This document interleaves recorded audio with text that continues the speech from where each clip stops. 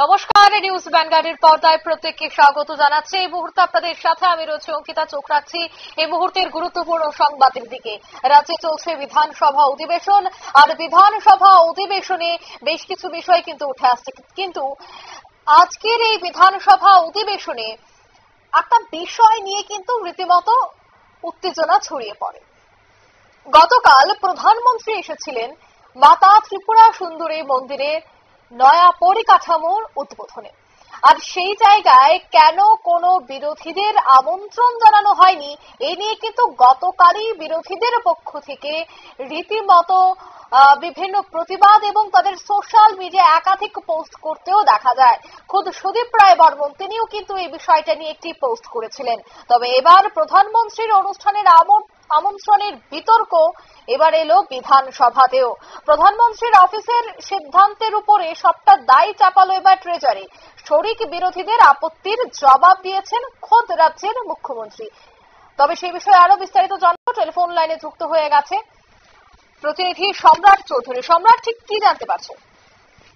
দেখো, আজ বিধানসভা অধিবেশনের চলতি যে বর্ষাকালীন অধিবেশন রয়েছে তার দ্বিতীয় দিনের শুরুতেই কিন্তু চিত্রামথার বিধায়ক পাঠানলাল জমাতিয়া কিন্তু যে প্রসঙ্গটি তুলে ধরেন, তাতে গতকালকে যে প্রধানমন্ত্রীর যে অনুষ্ঠানটি মাতা ত্রিপুরা মন্দিরে নতুন পরিকাঠামো উদ্বোধন, সেই উদ্বোধনী অনুষ্ঠানে সরকার, বিরোধী পক্ষ অথবা শরিক দল তাদের যে আমন্ত্রণ না জানানোর যে অভিযোগটি, সেই অভিযোগটি কিন্তু তোলা হয়। তবে পাঠানলাল জমাতিয়ার যে বিষয়টি ছিল সেটি সুনির্দিষ্ট ছিল যে ত্রিপুরেশ্বরী মন্দিরের যারা প্রতিষ্ঠাতা, সেই মানিক্য পরিবার বর্তমানে ত্রিপুরার যে রাজ পরিবার রয়েছে, সেই রাজ পরিবারের প্রতিনিধি হিসেবে প্রদ্যুৎ কিশোর দেববর্মনকে কিন্তু কোন ধরনের আমন্ত্রণ জানানো হয়নি।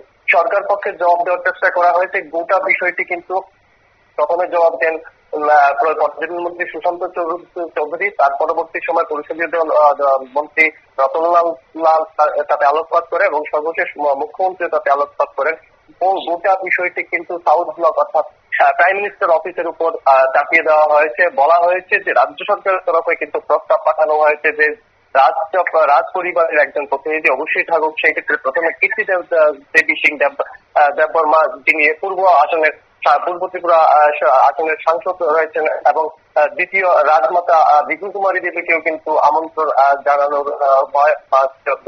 জানানোর প্রস্তাব রাখা হয়।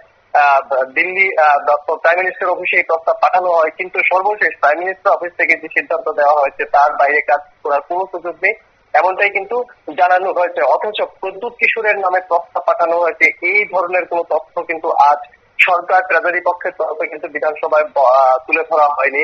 বারবারই রাজ পরিবারের সদস্য হিসাবে হয় কৃতি দেববর্মনের নাম নিয়ে আলোচনা হয়েছে, বা বিভু কুমারী দেবীর এবং রাজমাতা বিভু কুমারী দেবীর নাম নিয়ে আলোচনা হয়েছে, কোথাও কিন্তু প্রদ্যুৎ কিশোরের নাম আলোচনা হয়েছে বলে উল্লেখ করা হয়নি। এবং সবশেষে বিরোধীদের আমন্ত্রণ জানানো হয়নি বলে যে অভিযোগটি তোলা হয়েছে কংগ্রেস দলের পক্ষে, সেই অভিযোগে মুখ্যমন্ত্রী বলেন যে গোটা অনুষ্ঠানটি কোনো ভাষণ ছিল না, সামান্য পুজো দেওয়ার বিষয় ছিল।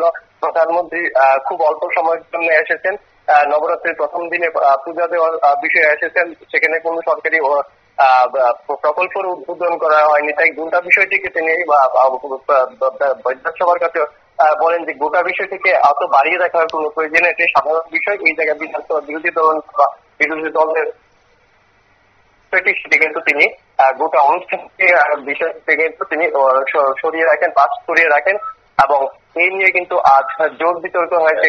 তো চিত্রামত বা রাজ পরিবারের সদস্য হিসেবে প্রদ্যুৎ কিশোরকে যে আমন্ত্রণ করার বিষয়টি তা কিন্তু সরকার পক্ষে কখনো আলোচনায় উঠে আসেনি এবং এই বিষয়ে জানানো হয়নি। ধন্যবাদ। অর্থাৎ শরিক বিরোধীদের আপত্তির কিন্তু জবাব দিয়েছে মুখ্যমন্ত্রী, এবং অন্যদিকে রতনলাল নাথ অর্থাৎ রাজ্যের মন্ত্রিসভার সদস্য তিনিও কিন্তু এই বিষয়টির জবাব দিয়েছেন। প্রশ্ন উঠেছিল, ত্রিপুরামথার পক্ষ থেকে প্রশ্ন তোলা হয়েছিল যে কেন কোন রাজ পরিবারের সদস্যকে রাখা হয়নি। সেই জায়গায় রাজ্যের মুখ্যমন্ত্রী এবং রাজ্যের মন্ত্রিসভার সদস্য রতনলাল নাথ তারা জানাচ্ছেন যে আগেই রাজ পরিবারের সদস্যদের আমন্ত্রণ যেন করা হয়, তার জন্য সাউথ ব্লকে একটি চিঠি পাঠানো হয়েছিল, কিন্তু সেখান থেকে নিরাপত্তার খাতিরে কোনো লোক যেন না বাড়ানো হয়, অর্থাৎ সীমিত লোক যেন রাখা হয় প্রধানমন্ত্রীর সাথে, সেই বিষয়গুলিকে মাথায় রেখে হয়তোবা সেখান থেকে কোনো ধরনের কোনো এই বিষয়তে সদুত্তর পাওয়া যায়নি, যার জন্যই আমন্ত্রণ পাঠানো হয়নি বলেই আছে এই বিধানসভা থেকেই তুলে ধরেন মুখ্যমন্ত্রী। নিয়ে নিচ্ছে ছোট্ট একটি বিজ্ঞাপন বিরতি, সঙ্গে থাকুন।